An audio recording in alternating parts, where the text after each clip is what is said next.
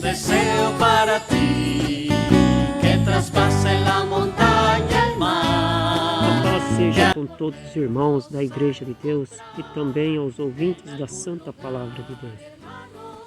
Vamos dar continuidade aos nossos estudos, trazendo como título de hoje, Chamados para Servir. O verso áureo traz em 2 Timóteo capítulo 2, verso 2, que diz assim: E o que de mim ouviste, confia-o a homens fiéis, para que sejam idôneos e para também ensinarem os outros. Objetivo: esclarecer que o chamado de Deus é segundo o seu propósito, e ele requer, na verdade, que o pecador se torne seu filho, principalmente das suas promessas e herdeiro do seu reino. A Bíblia traz um relato das pessoas que Deus separou desde o princípio para o seu serviço, dentre as quais nem todos são escolhidos, embora sejam chamados. Portanto, atender ao chamado de Deus significa tornar-se um defensor da verdade e um combatente em prol do seu reino. Lucas capítulo 22, verso 29 e 30, que diz assim: Tal e como meu Pai me prometeu o reino, eu vos prometo que comereis e bebereis à mesa em meu reino, e sentareis sobre tronos para julgar as 12 tribos de Israel. O propósito principal do chamado de Deus é conceder um lugar no reino aos seus escolhidos. Jesus também, que nem todos os chamados serão escolhidos, ele disse, porque muitos são chamados, mas poucos escolhidos. Mateus capítulo 22, verso 14. E isto, naturalmente, tem muito a ver com a atuação de cada um na tarefa de lutar em defesa do reino de Deus. Ele quer capacitar os chamados para a batalha, e isto exige renúncias. O chamado para servir implica em uma série de recomendações indispensáveis àqueles que almejam herdar a vida eterna. Se queres, porém, entrar na vida, guarda os mandamentos. Mateus capítulo 19, verso 17. Deus chamou um povo para defender o seu reino desde o princípio do mundo. No entanto, ele tem o seu próprio padrão para aprovar e escolher aqueles que o chamam. Davi, por exemplo, tinha um grande e poderoso exército, homens escolhidos para lutar em defesa do seu reino. Essa classificação levava em consideração o espírito de combate e espontaneidade de cada um dos chamados. Porém, de acordo com o padrão de Deus, eram escolhidos os melhores e classificados como varões valentes e valorosos. O próprio Davi teve a sua escolha como deliberadamente enfrentou o gigante Golias e prevaleceu, porque lutou impulsionado pelo Espírito de Deus. Visto que a luta é de Deus e não nossa, dependemos da aprovação dele para entrar em combate.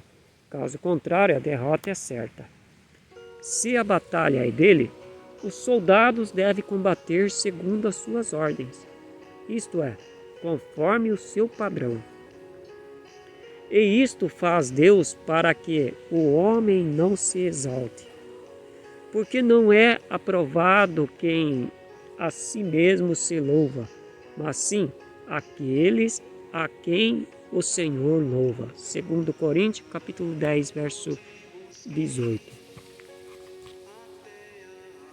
Para que o Senhor chama aqueles que lhe agradam? Quando Deus chama alguém, é porque certamente Ele tem um propósito na vida dessa pessoa.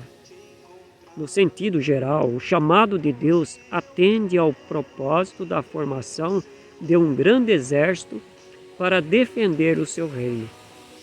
E é isto que define quem será aprovado ou desaprovado no final. Todas as pessoas chamadas são capazes de lutar. Caso contrário, nem seriam chamadas. Essa é uma missão que ele confiou àqueles que chamou. Mas a escolha e a premiação vai depender de como cada um se comporta em combate. Ninguém que milita se embaraça com negócios desta vida, a fim de agradar aqueles a que o alistou para a guerra. 2 Timóteo, capítulo 2, verso 4. Em defesa de que o servo de Deus é chamado a lutar.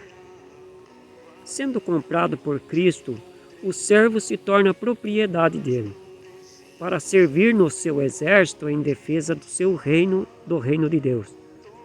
Sendo aprovado, o serviçal passa de servo a filho de Deus. Romanos capítulo 8, versos 14 e 15. Como servo, ele não tem direito à herança, portanto é necessário que o pai o adote como filho por Cristo, e assim será também herdeiro e escolhido para reinar com ele por 1000 anos sobre a terra. E ao que vencer e guardar até o fim as minhas obras, eu lhe darei poder sobre as nações, e com vara de ferro as regerá, e será quebradas como vaso de oleiro. Apocalipse capítulo 2, verso 26. Também Apocalipse capítulo 20, verso 6, sobre o milênio, e capítulo 5, verso 9 e 10. Fala que seremos sacerdotes santos e reinaremos sobre a terra. Que espera Deus daqueles que são chamados? Que os seus servos se preparem desde agora para defender o seu reino. Esta preparação implica em renunciar às ofertas do mundo, os prazeres da carne e rejeitar os engodos do inimigo para não cair nas suas armadilhas. O bom soldado é aquele que mostra bom combate, conclui a carreira e guarda a fé. Esse certamente alcançará a tão sonhada coroa e entrará para as bodas do seu Senhor. Bem-aventurados aqueles que são chamados à ceia das bodas do Cordeiro. Apocalipse 19, verso 9. Por que quis Deus que seus servos matassem, se a lei diz não matarás? Deus nunca quis que uma pessoa matasse outra, agindo por conta própria. As mortes que ele permitiu eram em defesa do seu reino, mas isto não dá o direito de alguém atentar por si mesmo contra o próximo. Os que no passado mataram sobre as ordens de Deus estavam a serviço. Assim, ele não o responsabiliza e o sangue dos mortos não cairá sobre eles. Gênesis capítulo 9, verso 5. Que Deus nos ajude e nos abençoe, em nome de Jesus. Amém.